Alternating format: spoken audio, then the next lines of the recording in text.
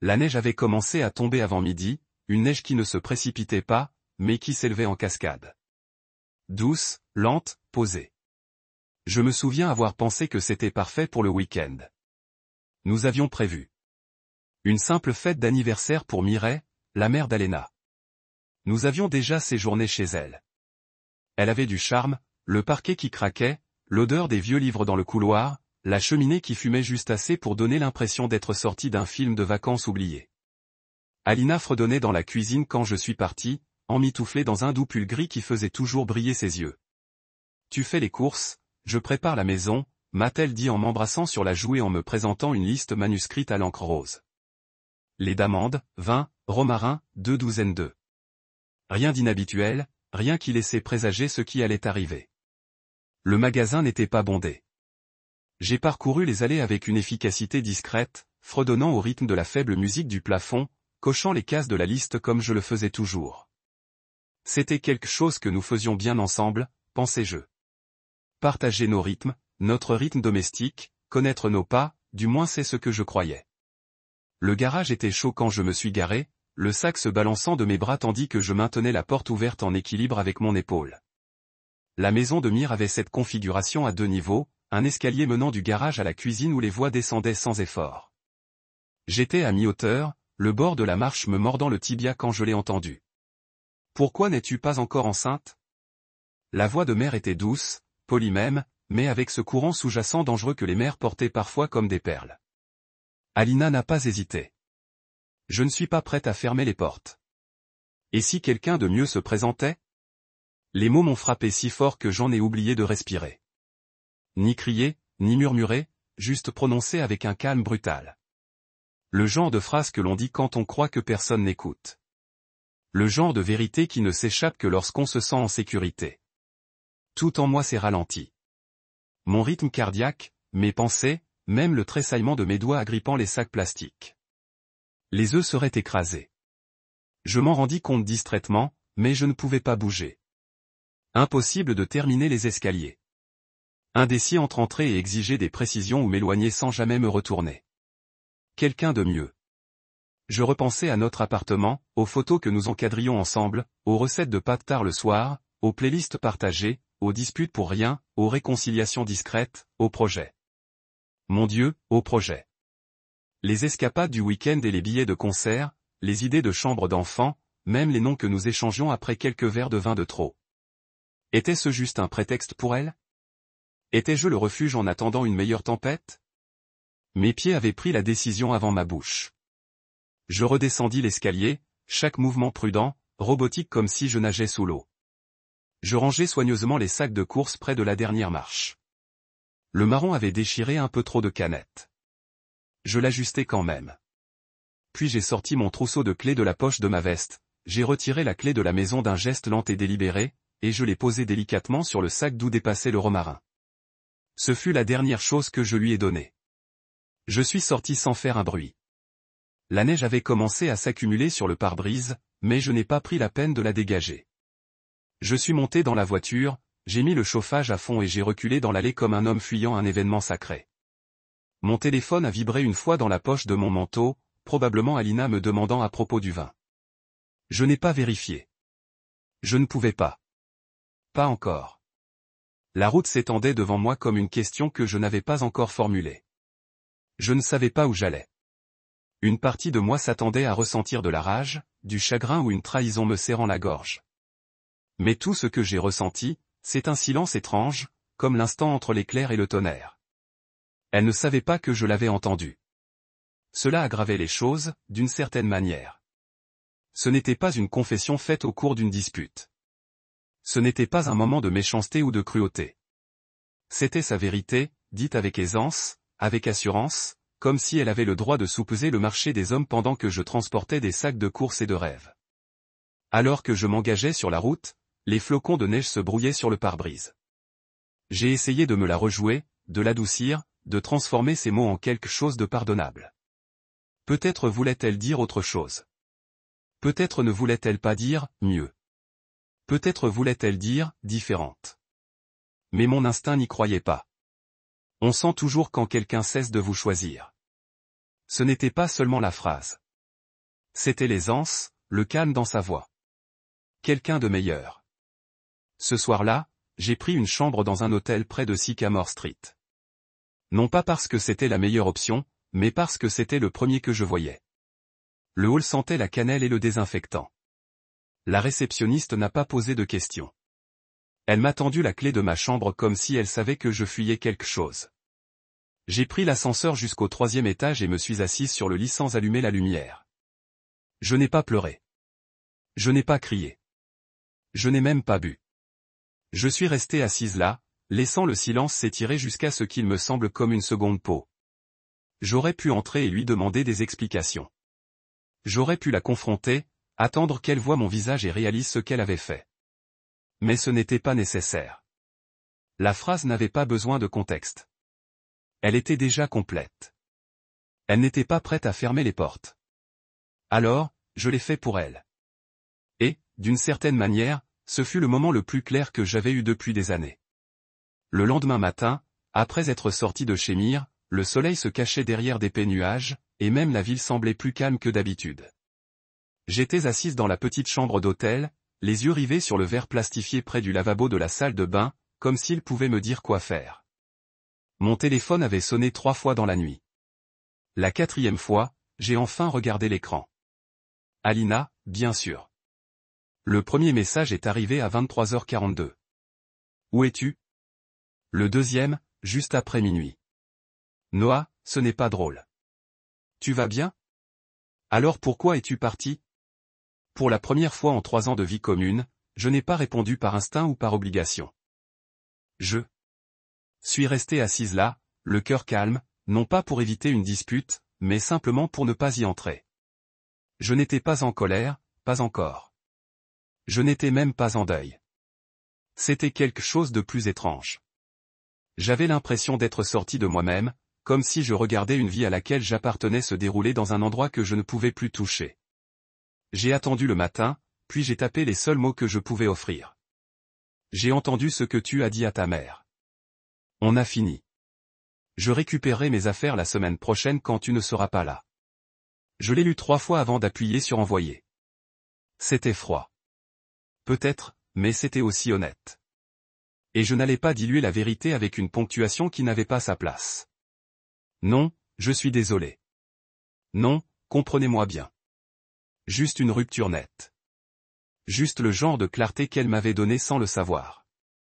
Après avoir envoyé le message, j'ai éteint mon téléphone et l'ai posé sur la table de nuit comme s'il était radioactif. Le silence qui a suivi n'a pas été douloureux. Il était net. Net, certes, mais net, comme une suture après une coupure profonde, comme quelque chose de nécessaire. J'ai pris une longue douche, non pas pour me laver, mais parce que j'avais besoin de temps pour me calmer. J'ai laissé l'eau battre contre mon dos jusqu'à ce que mes doigts se froissent.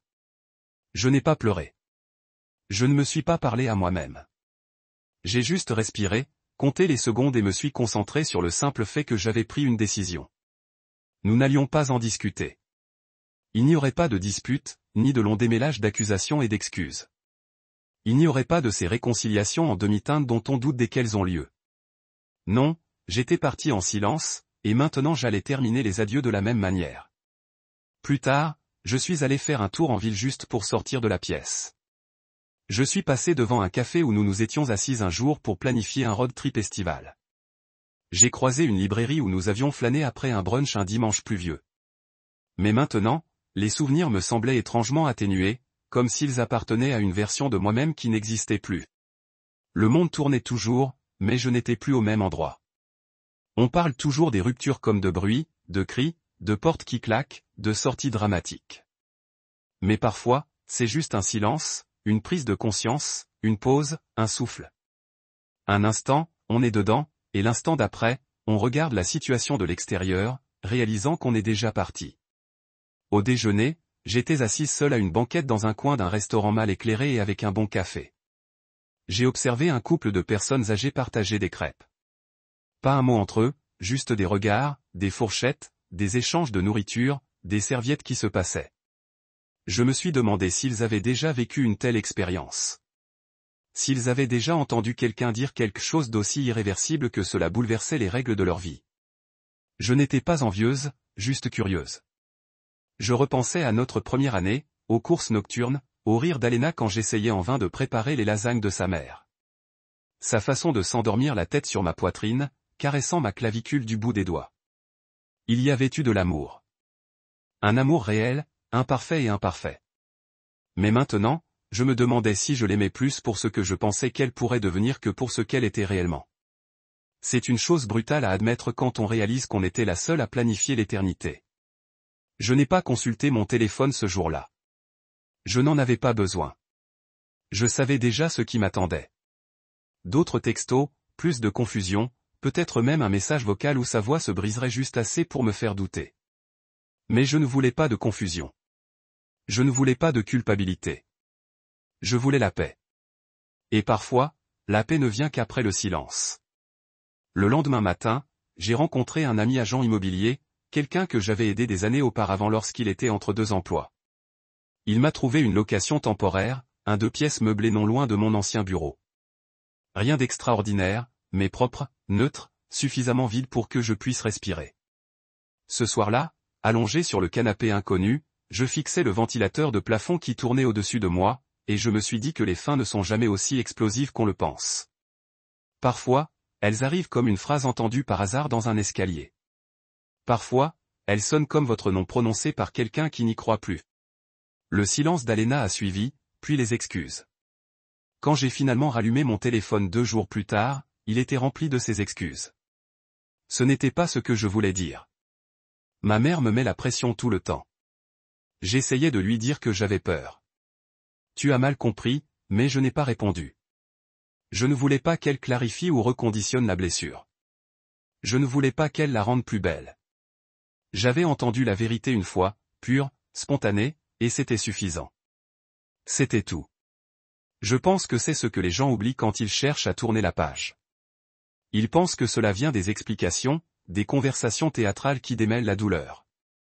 Mais parfois, la conclusion n'est pas une chose qu'on obtient. Parfois, c'est quelque chose qu'on choisit. Et je l'ai choisi dans cet escalier. Pas quand elle m'a vu, pas quand elle s'est excusée. Mais au moment où j'ai compris que je ne voulais pas rester là où j'étais seulement toléré. Je voulais être choisi, pas gardé. Alors j'ai fait mes bagages, j'ai accepté mon silence et j'ai laissé derrière moi un avenir qui ne m'avait jamais vraiment incluse. Et pour la première fois depuis des années, j'ai dormi. Pas parfaitement, pas sans rêve, mais sans regret. Je n'avais pas prévu de mettre fin à un bail. En fait, je n'avais aucun plan du tout. Je n'avais pas anticipé aussi loin.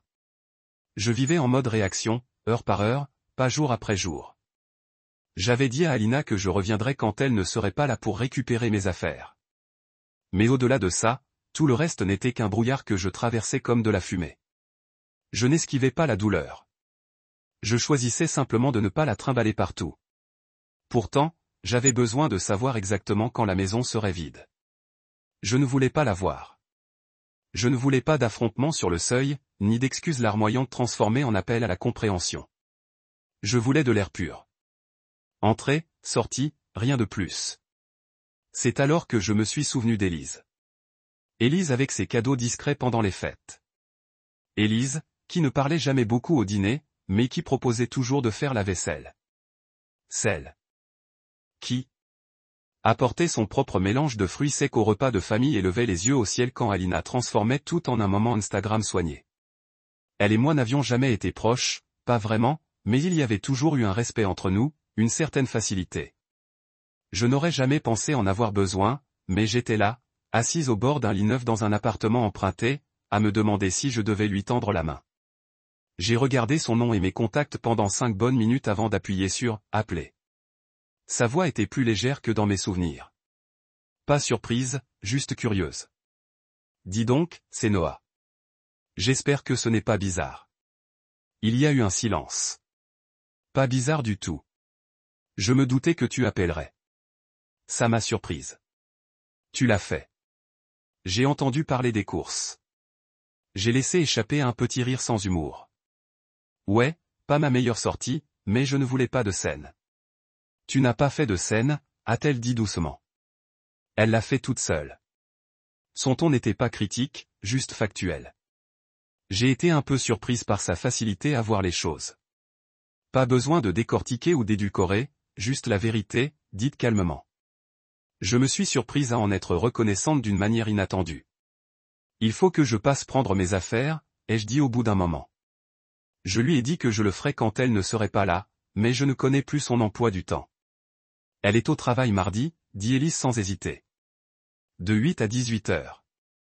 Je peux être là aussi, si ça rend les choses moins gênantes. Ou plus sûr. Plus sûr, répétai-je. Surprise. Tu serais surprise de ce que les gens disent quand ils se rendent compte qu'on les a abandonnés, répondit-elle, avant d'ajouter rapidement. Non pas que je pense qu'elle ferait quelque chose de radical, mais tu ne devrais pas être seule dans ce moment-là. Je n'avais pas réalisé à quel point j'avais besoin que quelqu'un me le dise avant qu'elle ne le fasse. Non pas que j'avais peur d'Alina, mais parce que c'était la première fois que quelqu'un reconnaissait que je n'avais pas apporté la gêne, l'attention, le fardeau d'être celle qui s'en allait toute seule. J'apprécie. Sérieusement, Élise? J'hésitais. Elle avait déjà dit des choses comme ça. Le genre de choses que j'avais entendues. Un autre silence, puis un soupir. Elle a toujours été incertaine. Elle a besoin que tout ait une certaine apparence. Et quand ce n'est pas le cas, elle se met à raconter sa vie comme si elle était seule. J'ai toujours pensé que tu méritais mieux. La simplicité de ces mots m'a frappé plus fort que prévu. Tu méritais mieux. C'était le genre de choses qu'on entend souvent dans les ruptures, mais Élise ne l'a pas dit comme un slogan. Elle l'a dit comme si c'était quelque chose qu'elle savait depuis longtemps et qu'elle n'avait jamais eu l'occasion de dire jusqu'à maintenant. Je ne m'attendais pas à être là. Je l'avoue. Pas comme ça. Pas avec elle. Pas seule. Tu n'es pas seule. Quand elle a dit, mardi, j'apporte du café. Elle a raccroché avant que je puisse la remercier à nouveau. Ce soir-là, j'ai réfléchi à ce que cela signifiait d'être vue. Ni adorée, ni sauvée, juste vue clairement. Élise n'a pas offert de réconfort par pitié. Elle n'a pas rempli le silence de promesses faciles. Elle a juste reconnu la réalité et proposé de l'aide. Sans engagement, sans sous-entendu. Je n'avais pas ressenti ça depuis longtemps. Le mardi, je suis arrivé à la maison quelques minutes en avance. L'allée était vide, ce qui m'a aidé à me calmer. Mais dès que j'ai franchi le seuil, quelque chose a changé en moi. Cette maison, autrefois familière, autrefois chaleureuse, semblait un décor. Les meubles étaient toujours là, les souvenirs encadrés étaient encore accrochés au mur, mais tout sonnait creux. J'ai agi méthodiquement. Chambre, placard, tiroir. Je n'ai pris que ce pourquoi j'étais venu. Vêtements, livres, mon nécessaire de rasage, quelques chargeurs. Je n'ai touché à rien de ce que nous avions acheté ensemble. Ni les coussins, ni la lampe ancienne qu'elle avait insisté un jour pour que nous la rapportions du Vermont. J'ai laissé les photos encadrées, les cadeaux, les mots, tout. Je ne voulais rien emporter avec moi qui sente encore son odeur. Élise est arrivée juste au moment où je fermais le dernier sac de sport. Toujours debout, a-t-elle dit doucement, en me tendant un gobelet de café en carton avec un sourire en coin. À peine, j'ai répondu avec un sourire qui m'a surprise moi-même. Nous ne nous sommes pas attardés. Nous avons verrouillé la porte, chargé la voiture et sommes allés dans un petit restaurant à la sortie de la ville. C'était à mi-chemin entre le petit déjeuner et le déjeuner, alors nous avons partagé une omelette et une petite pile de crêpes. Nous avons parlé de choses simples, de films, de randonnées, de l'odeur des grains de café au matin. Ce n'était pas forcé. Ce n'était pas lourd. C'était humain. Quand l'addition est arrivée, j'ai tendu la main. Élise a posé sa main sur la mienne. À ma guise. On t'a assez pris cette semaine.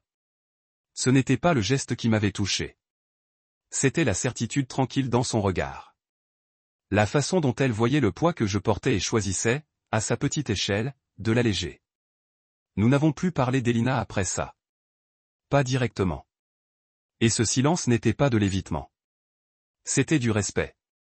Élise n'était pas venue pour faire le drame, ni pour prendre parti, juste parce qu'elle voyait quelqu'un essayer de se reconstruire à partir des décombres silencieux d'une seule phrase.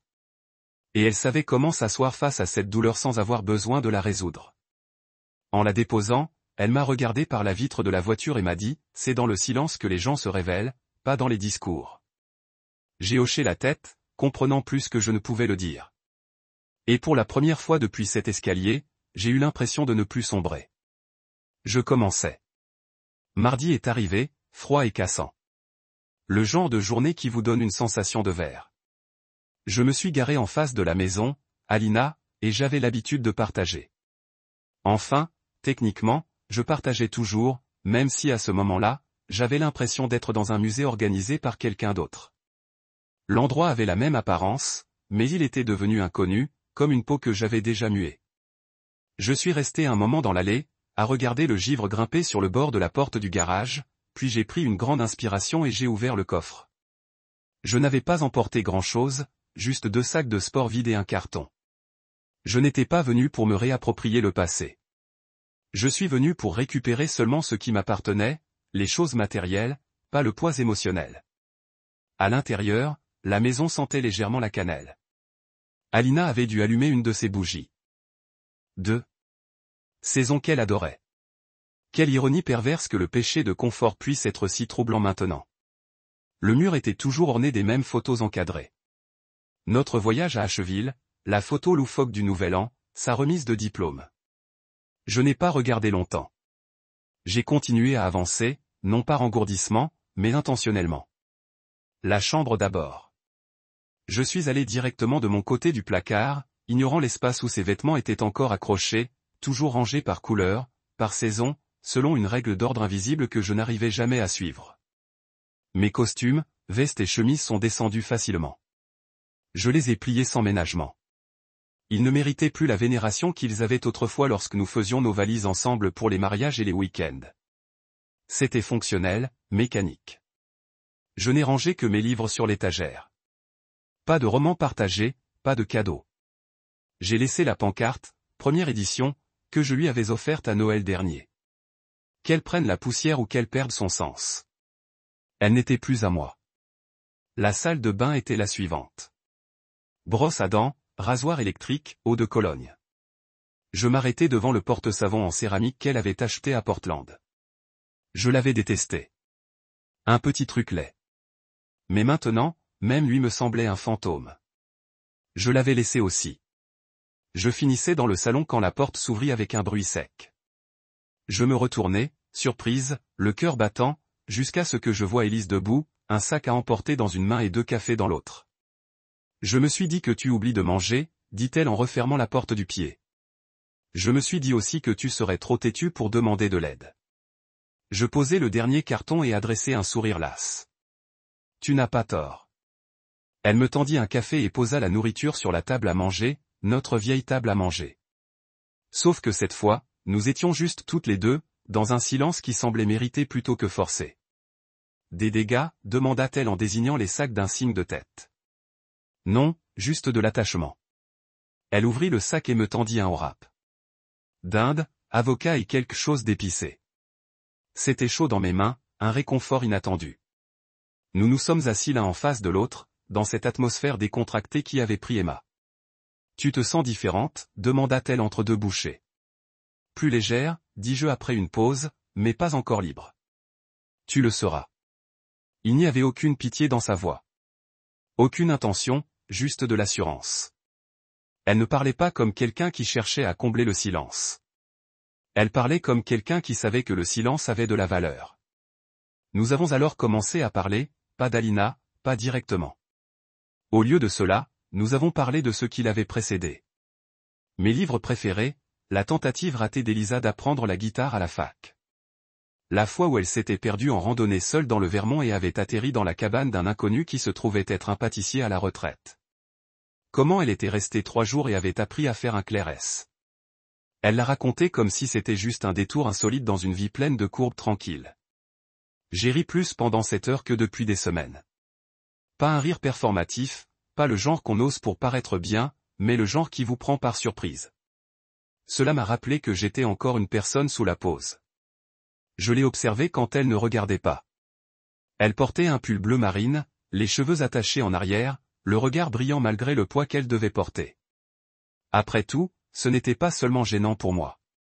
C'était la sœur d'Alena. Un lien de sang. Elle marchait sur une corde raide que je ne lui avais pas demandé de suivre. Et pourtant, elle était là, partageant le déjeuner avec moi, sur un champ de bataille fait de vieilles promesses et de nouvelles limites. J'espère que ça n'empirera pas les choses pour toi, dis-je doucement. Élise secoua la tête. Ce n'est pas une question de pire ou de meilleur. C'est une question de vérité. Et tu n'as rien fait de mal, Noah. Tu as juste entendu la vérité. Ce n'est pas une trahison. C'est de la clarté. J'acquiesçai, ne sachant pas comment réagir à une telle douceur et sagesse. De plus, ajouta-t-elle, si quelqu'un devait être mal à l'aise, ce devrait être elle, pas toi. Cela me scotcha. Pas seulement les mots, mais la certitude sereine qui les sous-tendait. Élise avait toujours été un personnage secondaire dans l'histoire de ma relation avec Elina. Elle ancrait maintenant une scène complètement différente, dont je n'avais même pas conscience d'avoir besoin. Après avoir mangé, nous avons fait un dernier tour dans la maison. Elle m'a aidé à vérifier les placards, à fouiller dans les tiroirs de la cuisine. Elle a trouvé une paire de chaussettes cachées derrière le sèche-linge. J'ai trouvé un collier que j'avais acheté autrefois. Alina l'a caché au fond d'un tiroir jamais porté. Je l'ai laissé. Alors que nous étions devant la porte d'entrée, Élise m'a regardé. Ça va? J'ai hoché la tête. Oui, c'est fait. Pas juste fait, a-t-elle dit. Fermé. Nous sommes sortis, le froid mordant maintenant, le soleil couchant derrière les arbres. Elle m'a aidé à charger le dernier sac dans la voiture, puis est restée debout, les mains dans les poches, à regarder son souffle formé de petits nuages. Le déjeuner était bon, ai-je dit. Elle a souri. C'était plutôt, merci d'être venu. Elle a incliné la tête. Tu ne m'as pas demandé. Je sais, ai-je dit. C'est pour ça que c'était important. On ne s'est pas fait un câlin. Nous ne nous sommes pas attardés. Juste un regard échangé, un hochement de tête discret, puis je suis parti, la regardant dans le rétroviseur tandis qu'elle se retournait vers la maison, vers la vie à laquelle elle était toujours attachée, mais qui ne la définissait plus. La route semblait différente au départ qu'à l'arrivée, comme si elle était enfin à nouveau la mienne. Et pour la première fois depuis longtemps, je n'avais pas l'impression de m'échapper. J'avais l'impression d'aller quelque part. Le temps a une étrange façon de changer quand le monde s'effondre. Les jours qui ont suivi mon départ de la maison d'Alina m'ont semblé comme une marche dans le brouillard, doux, épais, étrangement silencieux. Et pourtant, au milieu de ce flou, la présence d'Elisa restait vive et constante, tel un phare clignotant à travers la brume. Je ne m'attendais pas à ce qu'elle reste dans ma vie au-delà du mardi. Ce n'est pas comme ça que se passent les ruptures, surtout quand la famille est impliquée. Mais étrangement, l'espace de silence qui s'était ouvert entre nous ne s'est pas refermé. Au début, c'était une coïncidence. Un café sur la 6e rue où nous semblions finir à peu près au même moment. Le dîner d'anniversaire d'un ami commun où nos noms étaient côte à côte sur le plan de table. Puis sont arrivés les textos. Des choses simples comme, dis donc, ça m'a fait penser à toi avec un lien vers une chanson. Ou, ça va bien aujourd'hui. Quand le silence nocturne devenait trop épais pour dormir, je ne réfléchissais pas trop. C'était la beauté d'Élise. Elle ne forçait rien. Elle ne fouillait pas. Elle n'essayait pas de remplacer ce qui était cassé. Elle se contentait de faire de la place. Et dans cet espace, quelque chose d'inattendu a commencé à germer. Nous avons commencé à faire des randonnées ensemble le week-end. Elle arrivait avec ses vieilles chaussures de randonnée, une thermos de thé et ce même sourire naturel qui, d'une certaine manière, rendait l'air autour d'elle plus respirable. Nous ne parlions pas d'Alina, pas directement. Au lieu de cela, nous laissions la conversation libre. Travail, voyage, rêve, musique. Nous débattions pour savoir quel auteur était le plus surfait et qui faisait les meilleures crêpes de la ville. Nous marchions côte à côte, ni devant ni derrière, comme si nous le faisions depuis des années. Mais au fond, quelque chose était en train de changer. Lentement, doucement, ce n'était pas du désir. Ce n'était pas une distraction. C'était quelque chose de plus stable. Je commençais à réaliser que je n'avais pas seulement hâte de revoir Élise. J'en avais besoin. Non pas parce que j'étais brisé, mais parce qu'avec elle, je n'avais pas à faire semblant. Pendant ce temps, les messages d'Alina ne cessaient pas. D'abord, ils étaient furieux, puis suppliants, puis apitoyants. Je ne pensais pas ce que j'ai dit.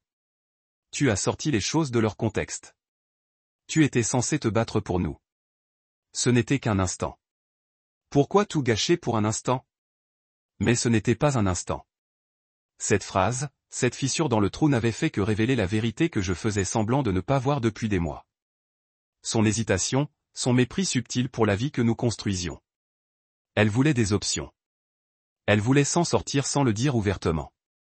Elle voulait préserver son image tout en me gardant en attente. Ce à quoi elle ne s'attendait pas, c'est que je m'en aille discrètement.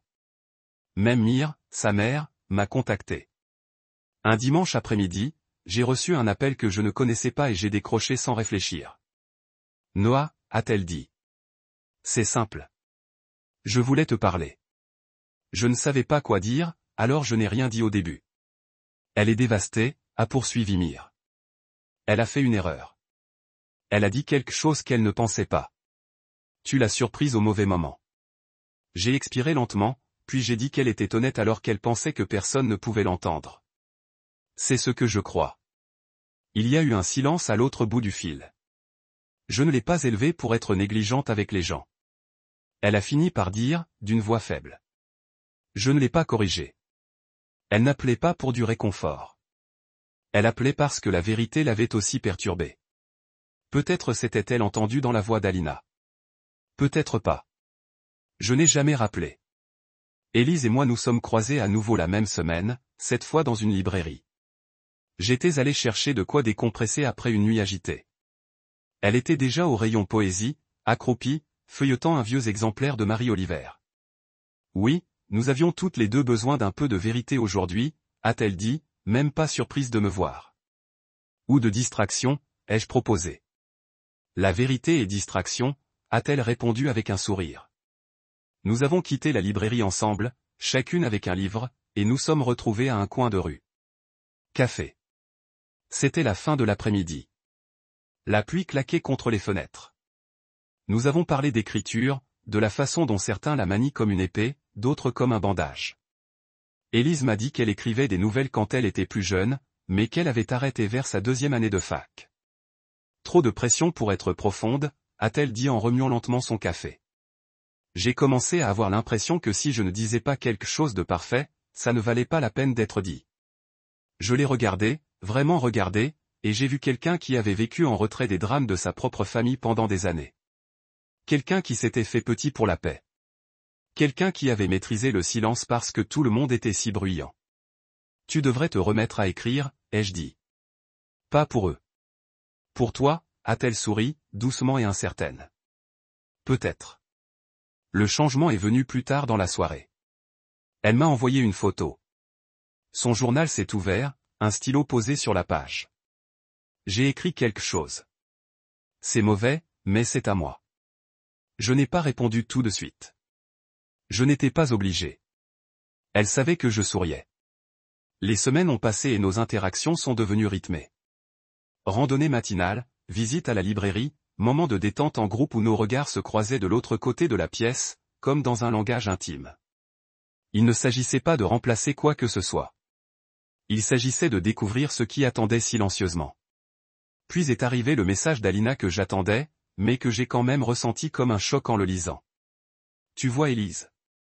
Je n'ai pas répondu tout de suite. Je l'ai montré à Élise le lendemain matin, assise sur un banc surplombant un lac gelé. Elle l'a regardé fixement, puis a regardé l'eau. Elle allait forcément me demander. C'est ta sœur, ai-je dit. Ça complique tout. C'est vrai, a-t-elle acquiescé. Mais ça ne veut pas dire que c'était mal. Nous sommes restés silencieuses pendant un moment. Juste écouter le vent, le bruissement des branches, le craquement de la glace à la surface du lac. Mais même dans le silence, j'ai senti quelque chose s'installer entre nous. Ni tension, ni peur, mais l'acceptation. Alina avait construit sa vie autour de l'apparence des choses.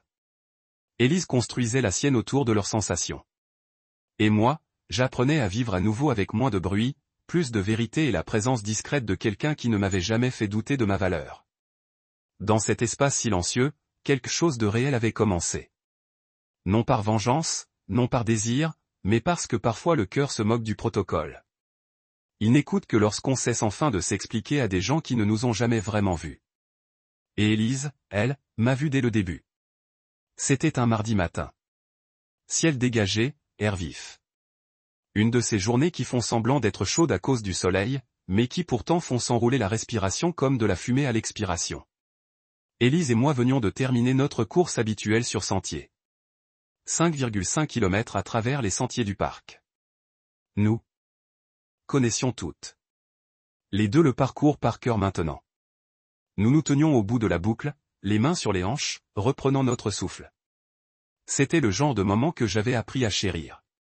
Pas de pression, pas de bruit, juste le réconfort de sa présence à mes côtés. Moi. Mais ce matin-là, quelque chose de différent a gonflé dans ma poitrine.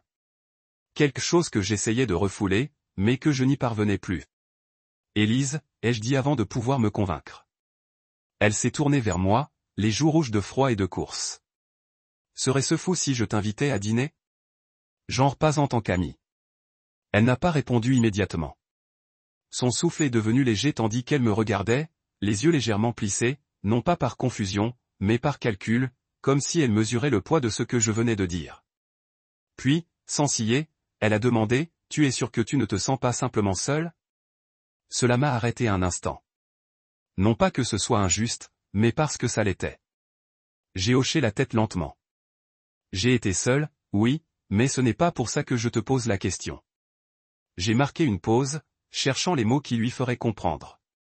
Quand je suis avec toi, je n'ai pas l'impression de recoller les morceaux. J'ai l'impression de ne plus être brisé, et je ne veux pas faire comme si ce lien que nous avons n'était que de l'amitié.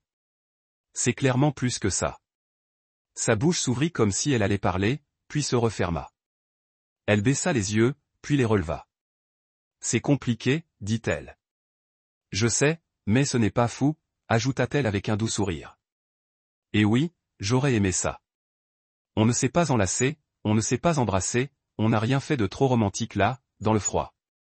On est juste resté là, dans le calme du matin, à échanger un regard qui disait tout ce qu'on n'était pas prêt à dire à voix haute. On savait tous les deux que ce ne serait pas facile. Le nom d'Alina résonnait en arrière-plan à chacun de nos pas, comme un écho prêt à refaire surface. Mais parfois, la vérité est plus importante que le contre-coup. Ce samedi-là, on a eu notre premier vrai dîner. Pas un déjeuner décontracté, pas un muffin partagé sur un banc public, mais un dîner dont on savait tous les deux qu'il avait du sens. On s'est rencontrés dans un petit restaurant italien niché entre un fleuriste et un magasin de disques d'occasion. Élise portait une robe vert foncé, le genre qui la mettait en valeur sans effort. Je ne l'avais jamais vue autrement qu'en jean et veste. Et sa vue a de nouveau changé quelque chose en moi. Une douleur, un espoir, une profonde conscience du chemin parcouru.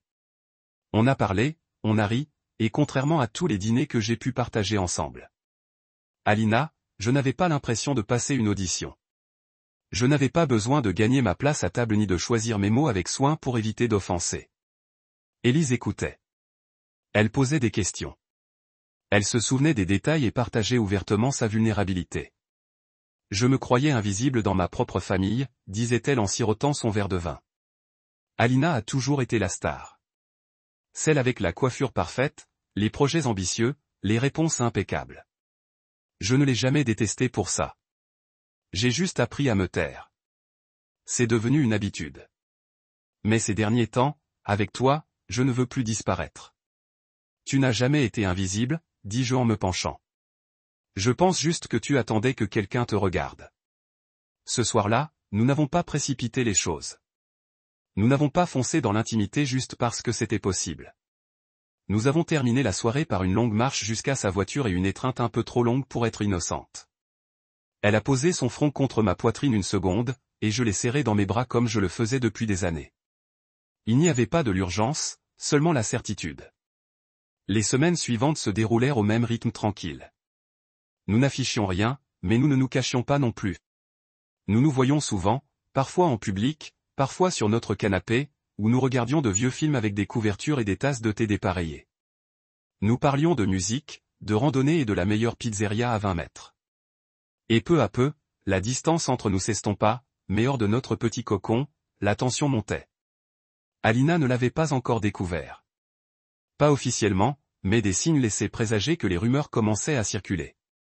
Un cousin laissa un vague commentaire sur l'Instagram d'Alisa. L'ami d'un ami me demanda si les rumeurs étaient fondées. Nous les ignorâmes au début, mais nous savions tous les deux que ce n'était qu'une question de temps. Un après-midi, Élise était assise en face de moi sur son balcon, les jambes repliées sous elle, les cheveux tressés lâchement sur son épaule. Elle avait l'air fatiguée. Pas de moi, juste de l'orage que nous voyions tous les deux se former au loin. « Tu crois qu'on fait quelque chose de mal ?» demanda-t-elle doucement. Je secouai la tête. « Non, je crois qu'on fait quelque chose de concret. Et parfois, les gens confondent les deux, mais c'est ma sœur. »« Je sais, dis-je. Et ça rend les choses difficiles, mais ça ne les rend pas mauvaises. On n'avait rien prévu. On n'a pas menti ni fait semblant. C'est arrivé après la fin, pas avant. Et toi et moi savons tous les deux qu'il y a une différence. » Elle hocha lentement la tête, le vent caressant quelques mèches de cheveux sur sa joue. « Je ne veux juste pas être la cause de tout s'écrouler. »« Tu n'es pas la cause de tout s'écrouler, dis-je. » Elle fit son choix. Et j'ai fait le mien après l'avoir entendu. Élise me prit la main, entrelaçant ses doigts avec les miens, se recentrant. « Et maintenant ? » ?»« Maintenant, dis-je, on arrête de se soucier de ce que les autres pensent et on reste honnête l'un envers l'autre et envers nous-mêmes. » Et c'est ce qu'on fit. On continua d'avancer. Pas parfaitement, pas sans peur, mais avec une sorte de courage qui venait du fait de savoir que ce qu'on avait n'était pas né d'une trahison. C'était né de quelque chose de plus pur. La vérité rencontrant le timing. Le respect rencontrant l'attention. Cette semaine-là, j'ai réalisé quelque chose d'important. L'amour n'arrive pas toujours comme prévu. Il ne vient pas toujours enveloppé par la personne qu'on a choisie au départ. Parfois, il apparaît plus tard, de manière inattendue, en douceur, et exactement au moment où on a enfin pris le temps de le reconnaître. Élise n'était pas mon rebond. Elle n'était pas une réaction à la douleur. Elle était la réponse discrète à une question que je ne savais pas me poser. Et cette fois, je n'allais pas flancher. Nous avons eu 3 semaines de paix. Des matinées tranquilles remplies de playlists partagées, de courses en sentier, et des après-midi tranquilles. Passées à flâner dans les librairies ou à préparer le dîner ensemble dans la petite cuisine d'Élise. Je ne me sentais pas interdit.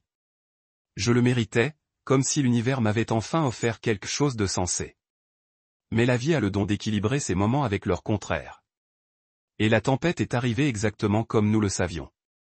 Bruyante, désordonnée, impossible à ignorer. Tout a commencé par un appel téléphonique auquel je n'ai pas répondu.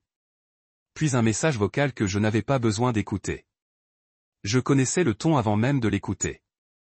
Et enfin, un texto, le genre qui brûle l'écran. Tu sors avec ma sœur ? Ma sœur ? Pas de ponctuation, juste de la fureur. Brute et non éditée. Ça ne m'a pas choqué. Ce qui m'avait surpris, c'était le calme que j'avais ressenti en le lisant. J'ai pris une inspiration, ouvert le fil de discussion et tapé. Oui, et ça n'a plus rien à voir avec toi. J'ai appuyé sur envoyer avant de pouvoir deviner la franchise, car c'était vrai. Élise ne faisait pas partie d'un fantasme de vengeance. Elle n'était pas un substitut à la guérison. C'était quelqu'un que j'avais appris à admirer et à respecter selon ses propres termes, indépendamment des ruines qu'Alina avait laissées derrière elle. Je n'avais rien à m'excuser. Mais Alina ne voulait pas de compréhension. Elle voulait la guerre. Les appels ont suivi. 2 d'affilée, puis 3. Je n'ai pas répondu. Les textos se sont intensifiés. Les accusations se sont superposées à la culpabilité. Tu es malade. Tu as ruiné notre famille. Tu as toujours été pathétique. Maintenant, tu es pathétique et désespéré. Sais-tu ce que tu m'as fait ? Ce que j'ai fait ? Je restais figé, mon téléphone à la main. Je lisais le venin qu'elle déversait comme du vin, et je ne pensais qu'à la différence que cela faisait d'être abordé par quelqu'un qui prétendait autrefois m'aimer. Ce n'était pas de la douleur. C'était un contrôle qui s'effritait. Elle n'avait pas été rejetée. Elle avait été vue, et c'est ce qui la blessait le plus. J'ai envoyé un texto à Élise ce soir-là. Elle sait. Élise a appelé tout de suite. Sa voix était posée mais calme. Elle m'a appelé aussi, a-t-elle dit. Qu'a-t-elle dit ? Elle a pleuré. Puis elle a crié. Puis elle m'a traité de dégoûtant. J'ai fermé les yeux. Je suis désolé, Élise. Ne le sois pas. Elle a dit qu'elle essayait de ramener tout ça à elle, comme toujours. Mais je ne la laisserai pas réécrire cette histoire. Sa voix s'est légèrement brisée sur cette dernière phrase. Et je savais que sous sa force se cachait une vague de douleur. Peu importait que nous nous sentions justifiés. Alina était toujours sa sœur. Il y avait une histoire. Il y avait des souvenirs. Elles avaient des secrets, des soirées pyjama, des disputes et des vacances gravées dans leur mémoire. Et maintenant, tout cela commençait à s'effilocher. Le week-end, la famille avait pris parti. Les dîners de fête avaient été reportés. Une conversation de groupe, autrefois remplie de mèmes et de projets d'anniversaire, s'était tue. La cousine d'Elisa l'avait retirée d'une playlist Spotify partagée. Une petite mesquinerie peut-être, mais dans des familles comme la leur, la mesquinerie n'était qu'un autre langage. Mira a rappelé. Élise n'a pas répondu. Moi si. Elle n'a pas perdu de temps. Comment as-tu pu faire ça? Je ne t'ai pas volé ta fille, Mire. Ai-je dit calmement. Elle m'a choisi comme je l'ai choisi. Et après la façon dont Alina m'a traité, après ce qu'elle a dit, tu n'as pas le droit de poser cette question avec autorité morale. Elle a fait une erreur. Elle a sifflé. Une phrase prononcée sous pression. Non, ai-je dit. Ce n'était pas une erreur. C'était de l'honnêteté. Et on ne peut pas en vouloir à quelqu'un de partir après avoir enfin entendu la vérité. Elle est restée silencieuse un long moment. Puis elle a dit, vous avez brisé cette famille. Et, plus triste que furieux, j'ai répondu, non, elle était déjà brisée. On a juste arrêté de faire semblant. Après avoir raccroché, j'ai fixé le mur un moment. Élise est arrivée 20 minutes plus tard sans frapper. Elle est entrée comme si elle avait le droit d'être là, ce qu'elle a fait. Ils vont me détester longtemps, a-t-elle dit en laissant tomber son sac près de la porte. Peut-être, ai-je dit en traversant la pièce vers elle. Mais pas pour toujours. Ils me prennent pour un égoïste. Tu ne le es pas. J'ai choisi quelque chose qui me rendait heureuse, même si cela me coûtait. On n'est pas sorti ce soir-là. On est resté à la maison, on a fait du croque-monsieur et de la soupe aux tomates, on s'est blotti sous une couverture et on a regardé un documentaire sur les cascades. Le genre de soirée dont personne ne parle dans les gros titres. Mais pour nous, ça signifiait tout. Ça signifiait la normalité, la sécurité, la vérité sans la performance. Et plus tard, quand les lumières furent tamisées et que sa tête reposa contre mon épaule, Élise murmura, j'ai peur. Je n'ai pas posé de questions sur ce que je savais déjà. Peur d'être coupée. Peur du regret. Peur de la version d'elle-même qu'elle pourrait devenir si tout cela n'était qu'une belle erreur. Mais je lui ai serré la main plus fort et j'ai dit, moi aussi. Mais je préfère avoir peur avec toi qu'être en sécurité sans toi. On a dormi comme ça, enlacés non pas par le désir, mais par la compréhension. La semaine suivante, Élise a reçu une lettre par la poste, une vraie, dans une enveloppe couleur crème. C'était d'Alina. 3 pages, manuscrites, chorégraphiées avec émotion. Des excuses teintées de culpabilité, des flatteries mêlées d'insultes. Le dernier paragraphe disait, tu l'as peut-être maintenant, mais il aura toujours des morceaux de moi. Tu vis juste dans mon ombre. Élise le lut une fois, puis le déchira en 2. Pas dramatiquement, juste avec finalité. Elle ne pleura pas. Elle ne ragea pas. Elle plia soigneusement les morceaux et les glissa dans la poubelle. Elle pense toujours que l'amour, c'est la possession, murmura Élise. Que les gens peuvent être revendiqués, et non choisis. Je l'ai alors embrassée. Pour de vrai. Lentement, sûrement et plein de gratitude. Non pas pour ce que nous étions devenus, mais pour le fait qu'elle s'était choisie elle-même en premier. Nous n'étions pas naïfs. Nous savions qu'il y aurait d'autres retombées, plus de silence, plus de gens qui ne comprendraient pas comment quelque chose de beau pouvait naître de quelque chose de brisé. Mais nous savions aussi que nous ne construisions pas cet amour sur les ruines de quelqu'un d'autre. Nous le construisions sur notre propre terre. Honnête, marqué, et encore tendre au fond. Ils appelaient cela une trahison. Nous appelions cela la liberté. Et entre nous, c'était plus que suffisant. Lorsque décembre s'installa, le monde autour de nous paraissait différent. Les arbres avaient perdu leurs feuilles. La lumière scintillait sur les porches. Et les devantures des magasins, s'efforçant tant bien que mal de faire sentir le froid. C'était le genre de saison qui me rendait anxieux. Les vacances étaient synonymes d'obligation, d'attente familiale, d'horaires à négocier. Mais cette année, pour la première fois depuis des années, c'était le calme plat.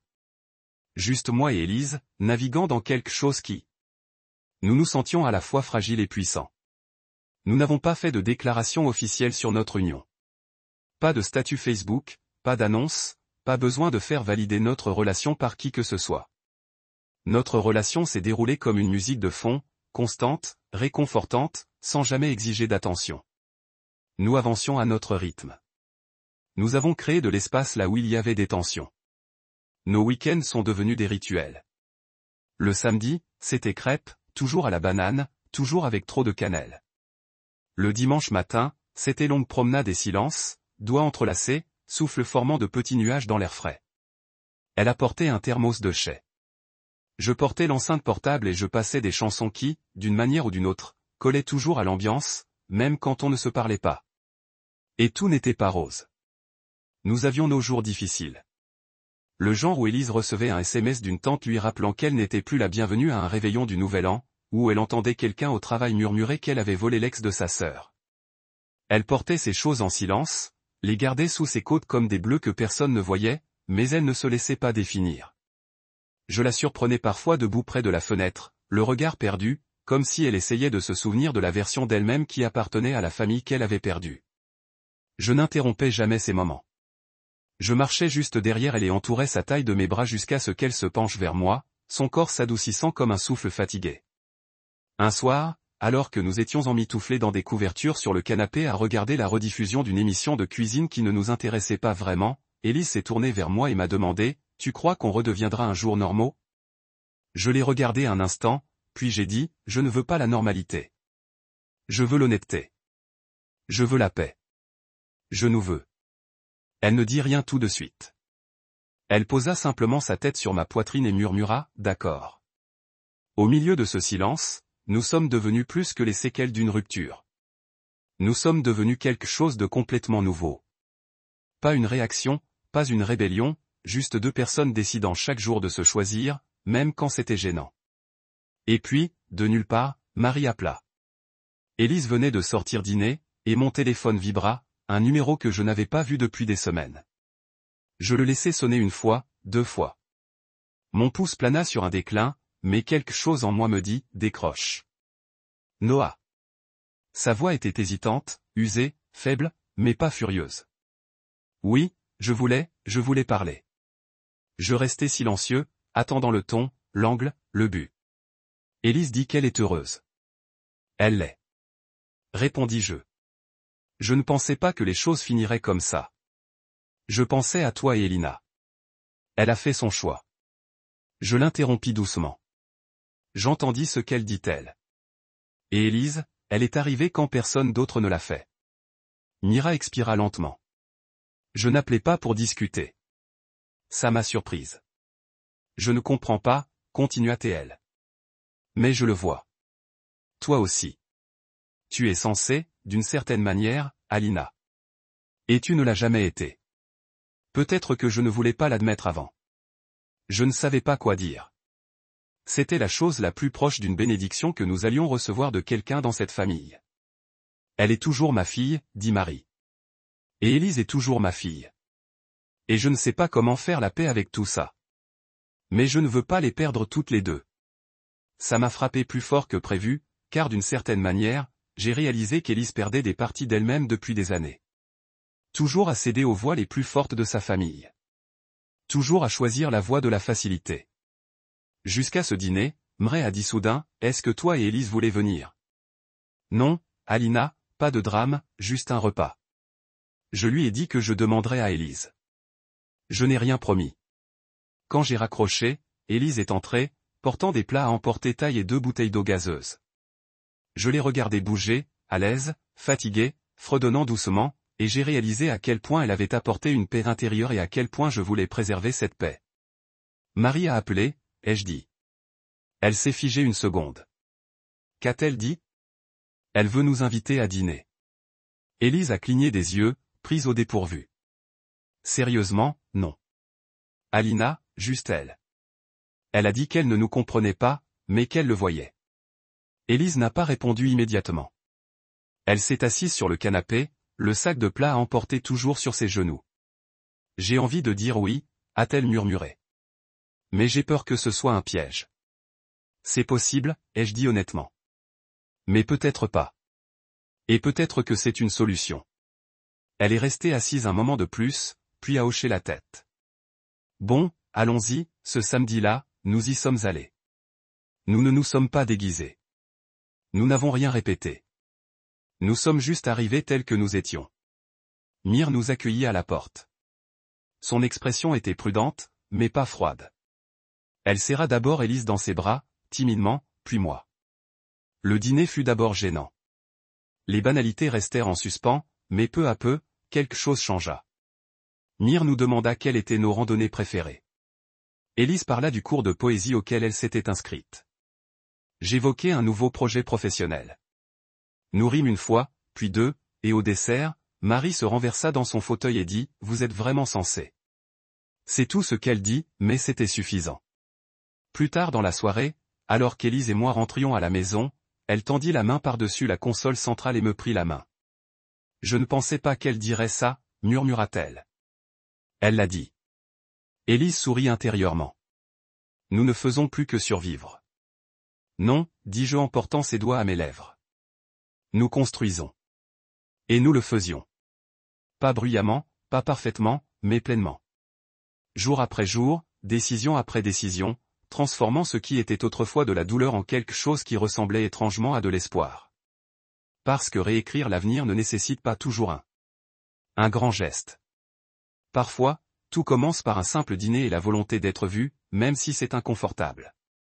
C'est un jeudi soir que nous l'avons découvert. Élise et moi étions blottis sur le canapé, à regarder une comédie romantique mal écrite, le genre où chaque réplique est prévisible mais qui fait sourire. Elle dessinait quelque chose dans le petit carnet marron qu'elle trimballait partout, et je parcourais mon téléphone sans réfléchir, une jambe tendue, l'autre appuyée contre sa cuisse.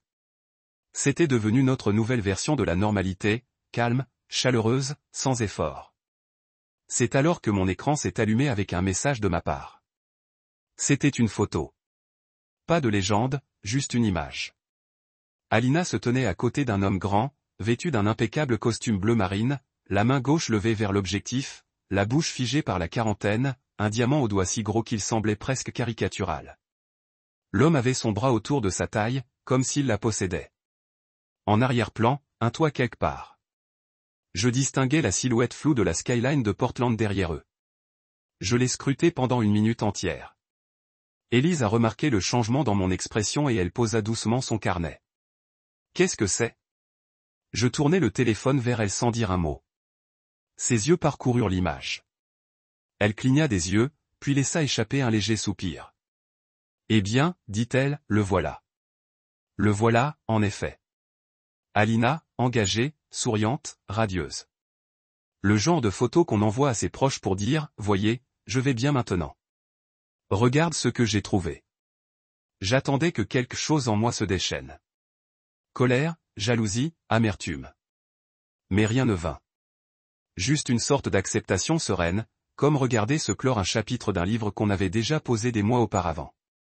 Elle passa à autre chose, dis-je finalement. On dirait bien, murmura Élise en me rendant le téléphone. Tu crois que c'est réel, demandai-je ou juste pour la forme. Elle me regarda, les yeux fixes. Est-ce important ? J'y ai réfléchi. Vraiment réfléchi. Et j'ai compris qu'elle avait raison. Peu importe. Que Alina soit sincèrement heureuse ou qu'elle ne joue qu'un rôle dans un fantasme bien filtré, cela ne me concernait plus. Je n'étais plus un personnage secondaire dans son histoire. Je ne tournais plus autour de son pôle gravitationnel. Elle a l'air heureuse. Je l'avoue. Élise hocha la tête. Oui, elle l'est. Je me suis adossé au coussin et j'ai fixé le plafond un instant. Tu sais ce qui est bizarre ? Je ne ressens rien. Élise sourit, non moqueur, pas surpris. Ce n'est pas bizarre. C'est apaisant. J'ai ri doucement.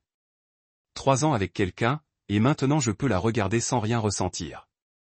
Ça veut dire que tu as enfin repris ton cœur, a-t-elle dit en posant sa tête sur mon épaule. Et c'est la vengeance la plus paisible qui soit. Nous sommes restés assis ainsi un long moment. Le film continuait de tourner, mais aucun de nous ne regardait. Mes doigts ont tracé distraitement de petits cercles sur son bras. Dehors, le vent bruissait à travers les arbres nus, et j'ai pensé à quel point la vie pouvait être étrange et belle. La photo de fiançailles d'Alena était plus qu'une simple image. C'était un signe de ponctuation finale. La preuve que la porte entre nous était non seulement fermée, mais repeinte, les gonds scellés, la poignée disparue. Et le plus fou, c'est que je n'ai pas eu besoin de frapper à nouveau. Je n'en avais même pas envie. Plus tard dans la semaine, nous avons dîné à nouveau avec Mire, cette fois chez elle. Elle a préparé du poulet rôti et des carottes glacées au miel et a même sorti les plats raffinés qu'elle n'utilisait que pour les fêtes. Il n'y eut aucune mention d'Alina jusqu'au dessert, lorsqu'elle tendit à Élise un papier plié sorti de la poche de son manteau. Elle se marie au printemps, dit-elle presque à contre-cœur. Elle voulait que je te donne ceci. Élise déplia le papier. C'était une invitation officielle, avec une police élégante et des bordures dorées. Ni son nom ni le mien n'y figuraient. Elle avait été transmise uniquement par obligation, et non par inclusion. Elle m'a invité, dit Élise, une pointe d'incrédulité dans la voix. Après tout cela, elle dit, c'est à toi de jouer, répondit Marie prudemment. Pas de pression, juste un geste, je crois. Élise replia l'invitation et la mit de côté. Je n'irai pas, Marie ne protesta pas. Elle hocha lentement la tête, comme si elle s'y attendait. Le reste du dîner fut léger, voire agréable. Et pour la première fois depuis que tout s'était ouvert, je perçus une certaine paix dans les yeux de Marie. Elle n'était pas ravie de la tournure des événements, mais elle ne semblait plus porter la déception comme une croix. Peut-être apprenait-elle à accepter que Sanofi avait grandi et choisi un chemin qu'elle n'avait pas tracé. De retour à la maison, Élise retira ses chaussures et se glissa dans mon lit, se blottissant contre le mien comme si c'était la chose la plus naturelle au monde. « Regrettes-tu tout cela » demanda-t-elle dans le noir. « Non, dis-je sans hésiter. »« Regrettes-tu » Elle secoua la tête contre ma poitrine. Pas même une seconde. Il y avait quelque chose de sacré dans cette clarté. Nous n'avions pas tout fait parfaitement. Nous n'en étions pas sortis sans blessure. Mais nous avions choisi l'honnêteté.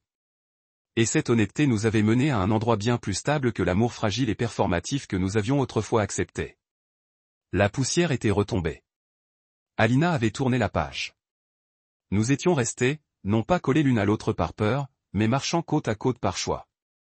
Et quand j'ai regardé Élise, ses cheveux en bataille, la petite tache de rousseur sous son oreille gauche, la douceur de son rire, même en silence, j'ai réalisé que j'étais devenu le premier choix de quelqu'un. Pour la première fois de ma vie. La vie, pas quelqu'un dont on peut se contenter, pas quelqu'un à considérer en attendant mieux, quelqu'un qui vaut la peine d'être choisi chaque jour. Voilà à quoi ressemble vraiment la guérison. Pas une révélation dramatique ni un pont qui se brise, mais une vérité douce et ferme, un regard à travers la pièce, un dimanche matin tranquille, un morceau qui n'a pas besoin d'être prouvé. Et en m'endormant ce soir-là, la main d'Elisa dans la mienne, je n'ai pas rêvé du passé. Je n'ai pas rembobiné les vieilles conversations ni revu la douleur. J'ai rêvé en avant pour la première fois depuis longtemps, car la poussière n'était pas retombée. Elle s'était dissipée et la vue devant nous était enfin à nous. Parfois, je me demande ce qui serait arrivé si j'étais entré 10 secondes plus tard. Si je ne m'étais pas arrêté dans cet escalier, si je n'avais pas entendu sa mère poser la question, si je n'avais pas reçu la réponse d'Alena comme une lame dans ma poitrine? Et si j'avais porté les courses jusqu'en haut, posé les sacs sur le comptoir, embrassé sa joue, et n'avais jamais entendu ce qu'elle croyait vraiment? J'aurais probablement déballé mes affaires. La laitue, le vin, le romarin, elle écrivait en lettres circulaires, et continuait à faire semblant. J'aurais pu l'épouser. Bâtir une vie sur l'arrangement minutieux de son silence. Cette pensée m'effrayait autrefois. Maintenant, elle me rend humble, car cet escalier n'a pas seulement mis fin à quelque chose. Il m'a sauvé. Je ne le savais pas alors. Je n'aurais pas pu. Tout ce que je savais à ce moment-là, c'est que tout ce que je croyais comprendre de l'amour venait de se briser sous mes pieds. La femme que j'avais choisie ne me choisissait pas. Pas complètement. Pas clairement. Elle avait un plan d'urgence au fond d'elle. Une porte de sortie qu'elle refusait de fermer. J'étais un remplaçant temporaire dans une vie qu'elle n'avait pas jugée suffisante. J'ai posé les courses et je suis parti. C'était la première chose honnête que j'avais faite depuis des mois. Mais voici ce à quoi je ne m'attendais pas. Je ne m'attendais pas à ce que quelqu'un d'autre franchisse cette même porte que j'avais laissée derrière moi. Je ne m'attendais pas à un bail. Je ne m'attendais pas à de la gentillesse sans performance, a de la curiosité sans jugement. Une compagnie tranquille qui s'est développée non pas par commodité, mais parce que c'était vrai. Elle n'a pas essayé de me sauver. Elle ne m'a pas fait oublier ma douleur. Elle est juste revenue encore et encore, jusqu'au jour où j'ai réalisé que je n'avais plus besoin de m'expliquer. Je devais juste être moi-même, et elle est restée. Maintenant, des mois plus tard, je monte de nouveaux escaliers avec elle à mes côtés. Au sens propre, au sens figuré une fois. Nous avons emménagé dans une petite maison de ville il y a quelques semaines. Rien d'extraordinaire, des briques blanches, une rue calme, un escalier au centre qui mène au 2e étage. Grinçant à un seul endroit. Elle m'a taquiné à ce sujet quand nous avons emménagé. Elle m'a dit, ne te fiche pas sur celui-là. Tu pourrais encore rater quelque chose de beau. Nous avons ri, mais la plaisanterie était lourde de sens. Parce que c'est ça, les moments. Ils semblent insignifiants sur le moment, mais certains moments ouvrent ou ferment des vies entières. Cet escalier n'était pas qu'un passage. C'était une porte dont je ne savais pas que je devais m'éloigner. Et de l'autre côté de cette porte, il n'y avait pas de vengeance. Ce n'était pas le chaos. Ce n'était pas une validation. C'était la paix. Élise a ramené des tulipes mardi dernier, des jaunes, légèrement fanées, parce qu'elle disait qu'elles avaient l'air d'avoir traversé une épreuve et qu'elles étaient encore là. Elle les a mises dans un vase en céramique ébréché que nous avons trouvé ensemble dans une brocante. Je suis passé devant elles ce matin et je me suis arrêté sans savoir pourquoi. Elles étaient imparfaites, toujours debout, toujours belles, tout comme nous. Parfois, elles se tait encore quand on mentionne Alina. Je ne me précipite pas pour combler ce silence. Je la laisse s'y asseoir, sachant que ce n'est pas du regret qu'elle éprouve, mais du chagrin pour ce qui aurait dû être différent. Pour une sœur qu'elle aime toujours, même si cet amour n'a plus où aller, elle pleure l'idée de ce qu'ils auraient pu être, mais jamais nous. Elle ne nous remet jamais en question, ni nous ni moi. Je ne porte plus le poids de me demander ce que j'aurais pu faire différemment. C'est le cadeau qu'Élise m'a fait sans m'en rendre compte. L'occasion d'arrêter de relire le même chapitre douloureux, en espérant une fin différente. Elle n'est pas venue écrire sur ce qui s'est passé. Elle m'a juste aidé à tourner la page. Parfois, les gens nous demandent comment nous nous sommes rencontrés. Nous ne mentons pas. Nous ne leur donnons simplement pas tout. Nous disons que nous étions amis au départ. Que nous nous sommes retrouvés après une période difficile, ce qui est vrai. Le reste, c'est pour nous. Nous avons commencé à parler d'un avenir qui ne ressemble plus à un pari risqué. Élise veut se remettre à écrire. Écrire vraiment, pas seulement des croquis dans un carnet. Je pense proposer un projet professionnel sur lequel je traîne depuis plus d'1 an. Il y a du mouvement à nouveau. Il y a de l'espoir. Il y a le murmure discret de quelque chose qui se construit au lieu de se briser. Un soir, alors que nous nous promenions, nous avons croisé quelques personnes. Ils se disputaient sur leur perron. On n'entendait pas les mots, mais le ton était familier, tranchant, fatigué, tendu. Élise me regarda et murmura, « Merci de l'avoir écouté ce jour-là. Je déteste que ça t'ait blessé, mais je suis contente que tu m'aies écouté. » J'ai hoché la tête en lui serrant la main. J'aurais préféré ne pas le faire. Maintenant, je sais que c'était le moment le plus sincère de ma vie. Parce que ça l'était. Pas seulement parce que ça a mis fin à quelque chose, mais parce que ça a commencé quelque chose de meilleur, quelque chose de vrai. L'amour n'est pas toujours doux. Ce n'est pas toujours un feu d'artifice ou un timing parfait. Parfois, l'amour survient quand tout le reste s'est effondré. Quand on a perdu suffisamment d'illusions pour voir quelqu'un clairement, quand quelqu'un vous voit en retour et reste. Élise est restée. Elle n'est pas intervenue pour être meilleure qu'Elina. Elle est intervenue simplement pour être elle-même, et c'était plus que suffisant. Parfois, je repense encore à la phrase d'Alena. Celle qui m'a brisé. Je ne suis pas prête à fermer des portes. Et si quelqu'un de meilleur se présentait?